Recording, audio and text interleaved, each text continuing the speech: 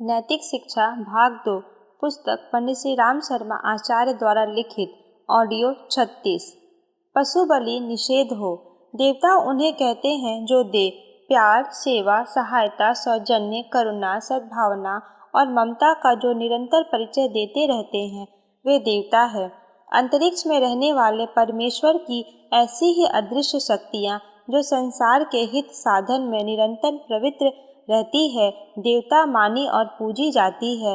इन गुणों वाले मनुष्य भी धरती के देवता, भूसुर, महामानव, नर नारायण कहलाते हैं, चाहे दृश्य हो या चाहे अदृश्य। जो उच्च आध्यात्मिक तत्वों से सत्प्रवृत्तियों एवं सद्भावनाओं से परिपूर्ण है, वे सत्ताएं देव ही कही जाएंगी और सदा उनका अर्चन अभिनंदन होता रहेगा। भारतीय धर्म में उनके देवताओं का अस्तित्व माना गया है। यह और कुछ नहीं, एक ही परमेश्वर की ऐसी विभिन्न शक्तियाँ एवं गतिविधियाँ हैं जो विश्व मंगल में निरंतर संलग्न हैं। देव पूजन में स्वागत सम्मान के साथ उपयुक्त वस्तुओं का नियोजन अर्पण किया जाता है। धूप, दीप, नैवेद्य, चंदन, पुष्प, रोली, अक्षत जैसी मांगलिक वस्तुओं में ही वह सात्विकता रहती है जिसे देवता की परम सतोगुणी सत्ता प्रसन्नता पूर्वक स्वीकार करे। देव पूजा में दिव्य वातावरण एवं सतोगुणी भावनाओं की गतिविधियों एवं वस्तुओं का अर्पण अभिष्ट है, होता भी यही है। तथ्य के सर्वथा विपरीत कुछ शताब्दियों से अपने देश के हर क्षेत्र में बहुत कुछ उद्दंड आचरण प्रचलित हो चला है, जिसकी मूल तत्व से साथ कई संगति नहीं बैठती। देव पूजा के लिए निरीह पशु पक्षियों के नृशंस हत्या उन्हीं के प्रतिमाओं के सामने की जाए, इस कृत्य का कमी भी इस दृष्टि से में कोई औचित्य दिखाई नहीं पड़ता। आध्यात्मिकता के तत्व ज्ञान, देवता की प्रकृति एवं स्थित पूजा की पवित्रता पर जितना अधिक विचार करते हैं, उतना ही बलि की प्रचलित प्रथा सर्वथा अनुपयुक्त और अवांछनीय प्रतीत होती चली जाती है। निरीह प्राणियों की हत्या से देवता प्रसन्न होंगे और कुकृत्य को उचित मानकर उस कर्ता को कल्याणकारी वरदान देंगे। यह बात यदि वस्तुतः सही ही हो तो हमें देवत्व की स्थिति पर भी पुनर्विचार करना होगा। तब दया, करुणा और देने की प्रकृति को उसके स्वभाव का अंग ना मानकर यह कहना होगा कि वे निष्ठुर, नृशंस, दुष्ट और शोषण के प्रतीक हैं और मूल्य प्राप्त करने के बाद ही अपनी कृपा बेचते हैं। वह मूल्य जनतापूर्वक सज्जनतापूर्ण उनकी अपनी अंतः चेतना में आमंत्रित करके कहीं भी भारी भूल तो नहीं कर रहे हैं। देवत्व की दिशा में चलने की अपेक्षा कहीं असुर तत्व को तो आमंत्रित नहीं कर रहे हैं। भगवान बुद्ध जैतवन में ठहरे थे। कुछ लोग एक पशु को बांधकर उसकी बलि देने जा रहे थे। बुद्ध ने उन्हें रोका तो एक व्यक्ति ने कहा, महाराज, बलि से देवता प्रसन्न होते हैं। बुद्ध बोले, देवों के नाम पर अपने सुख के लिए जो लोग पशुओं को मारते हैं, वह दूसरे जन्म में घोर कष्ट पाते हैं।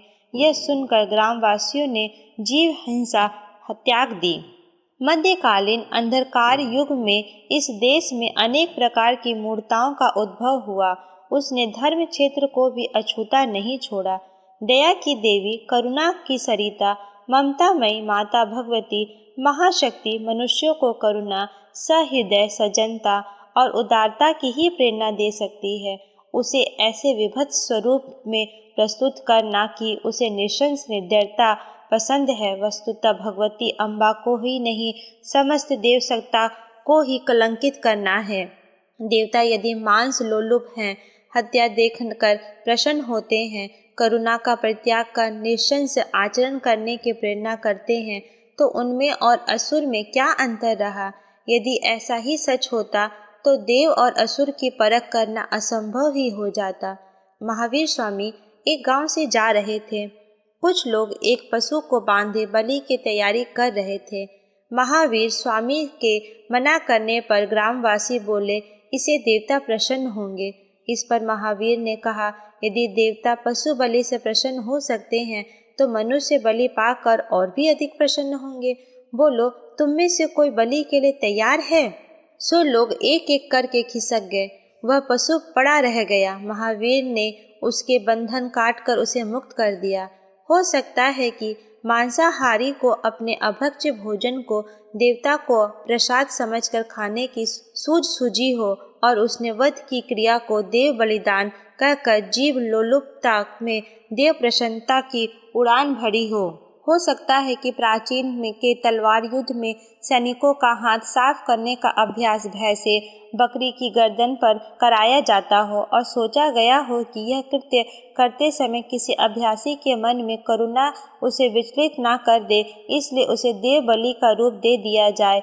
हो सकता है कि किन्हीं पुजारियों और उनकी मंडली ने मांसाहार की लोलुपता तृप्त करने के लिए भोले भक्तों को पशु बलि की सूझ सुझाई हो सकता है कि किसी मठाधीश ने मांस, चमड़ा और हड्डियों का अनायास ही बहुत सा लाभ पाने का रास्ता खोजा हो सकता है कि किसी ने देवताओं की प्रकृति तक में दुष्टता सिद्ध करके अपनी दुष्टता की स्वाभाविकता और आवश्यकता प्रतिपादित की हो। कह नहीं सकते इस पशु बलि प्रचलन के पीछे क्या कारण थे और क्या प्रथा कैसे चल पड़ी। कारण जो भी रहा हो, यह एक तथ्य है कि सत्य एवं अहिंसा, दया और करुणा का आधार लेकर खड़ा हुआ भारतीय धर्म देवताओं के सामने पशु बलि जैसी नृशंस प्रक्रिया का समर्थन नहीं कर सकता है। हो सकता है कि किन्हीं पुस्तकों में संस्कृत के कुछ श्लोक इस समर्थन में जुड़े हों। उन्हें अवांछनीय तत्वों द्वारा की गई घुसपैठ या मिलावट ही कहा जा सकता है। ऐसे 2-5 श्लोक प्रस्तुत करके भारतीय धर्म की आत्मा को नहीं झुठलाया जा सकता है। देवी अब सपना देखकर या किसी अन्य प्रकार से ऐसा संकेत नहीं करती है कि मुझे हत्या और मांस द्वारा प्रसन्न किया जाए। यह कल्पना आदि से अंत तक निर्मूल है। जिस दिन देवी की हृदय इतना कठोर हो जाएगा, उस दिन उसे देवी कहलाने का अधिकार ही ना रहेगा। वरदान, अनुदान या आशीर्वाद जिस दिन मांस मंदिरा के मूल्य पर खरीदे जाने लगेंगे, उस दिन वरदान दे सकने वाले अध्यात्म शक्ति का संसार से पलायन हो जाएगा। इन मान्यताओं में रत्ती भर भी सच्चाई नहीं है कि देवता पशु बलि चाहते हैं या इस कुकृत्य द्वारा उन्हें प्रसन्न संतुष्टि किया जा सकता है। यदि कर्म फल का सिद्धांत सत्य है और यदि हत्या की गणना पाप कर्मों में है, तो निश्चित रूप से इस नृशंस आयोजन से संबंध रखने वाले और समर्थन करने वाले अपनी आत्मा और परमात्मा के सामने पापी के रूप में प्रस्तुत होंगे और अपने कुकृत्य का दंड भोगेंगे। समर्थ गुरु रामदास एक गांव में उपदेश दे रहे थे। तभी पता चला कि गांव का पटेल देवी के आगे मुर्गे की बलि देने जा रहा है। समर्थ उठे और पटेल व उसके साथी को जा पकड़ा। दोनों हाथों से उन्हें घसीटते हुए बोले, आज मुझे देवी ने स्वप्न दिया कि मेरा पेट मुर्गे से नहीं 2 मुस्टंडों से भरेगा, सो तुम्हारी बलि देंगे। पटेल घबराया, क्षमा मांगी और फिर कभी बलि ना देने की शपथ ली। तब कहीं समर्थ ने उन्हें छोड़ा। समय आ गया है कि हम अंधकार युग की विकृतियों का संशोधन करें और जो अवांछनीय एवं अनुचित है उसे तिरस्कृत बहिष्कृत करने के लिए साहसपूर्वक आगे आए। पशु बलि भारतीय धर्म पर कलंक है। इस कालोंच में रहते हम सत्य और अहिंसा का प्रतिपादन कैसे कर सकते हैं? फिर हमें भारतीय धर्म को असत्य और अहिंसा का प्रतीक ही करना पड़ेगा। देवताओं को दयालुता का ही प्रतीक रहने दे दिया जाए।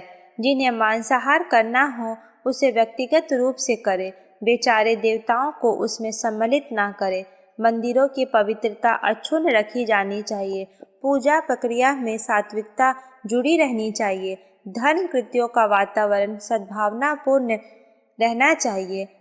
इसके लिए यह नितांत आवश्यक है कि पशु बलि जैसी नृशंस प्रक्रिया को किसी धर्म स्थान या धर्म आयोजन में तनिक भी स्थान या समर्थन ना मिले। लोग माने नहीं। प्लेटो को भी उत्सव में पकड़ ले गए, पर वहाँ पशु बलि का दृश्य देखा तो उनकी आत्मा कराह उठी। उन्होंने लोगों को पशु बलि ना करने को कहा तो लोग पूछ बैठे, जिन्होंने यह प्रथा चलाई क्या वे लोग मूर्ख थे? प्लेटो बोले, यह तो मैं नहीं जानता कि वे मूर्ख थे या नहीं, पर इतना अवश्य जानता हूँ कि उनके हृदय में दया और करुणा नहीं रही होगी। लोग इस कथन से प्रभावित तो हुए, पर बोले, बलि कैसे दें? प्लूटो ने एक मिट्टी की मूर्ति बनाई और उसे काटते हुए कहा, निर्जीव मूर्ति के लिए निर्जीव की बलि दी जा सकती है। यदि देवता को दिव्य भाव मानते हो तो फिर उसके आगे बुरे विचारों की बलि दो। उस दिन से लोगों ने पशु बलि त्याग दी। प्रश्न 1, देवता की परिभाषा दीजिए। 2, देव पूजन के समय उनके स्वागत सम्मान के लिए किन वस्तुओं का उपयोग किया जाना चाहिए। 3, बलिदान की प्रचलित प्रथा किस प्रकार अनुपयुक्त है। 4, यदि हम मान लिया जाए कि देवता पशु बलि से प्रसन्न होते होंगे तो उस ईश्वर का स्वरूप किस तरह होगा। 5, बलिदान की परिभाषा कीजिए। 6, पशु बलि के प्रचलन के क्या कारण हो सकते हैं। 7, क्या पशु बलि भारतीय देवताओं को प्रिय हैं। 8, पशु बलि समाप्त करने के लिए क्या प्रयत्न किए जाने चाहिए। 9, आधुनिक युग में बलि की प्रथा में किस तरह संशोधन किया जाए। 10, पशु बलि का समर्थन कौन करता है।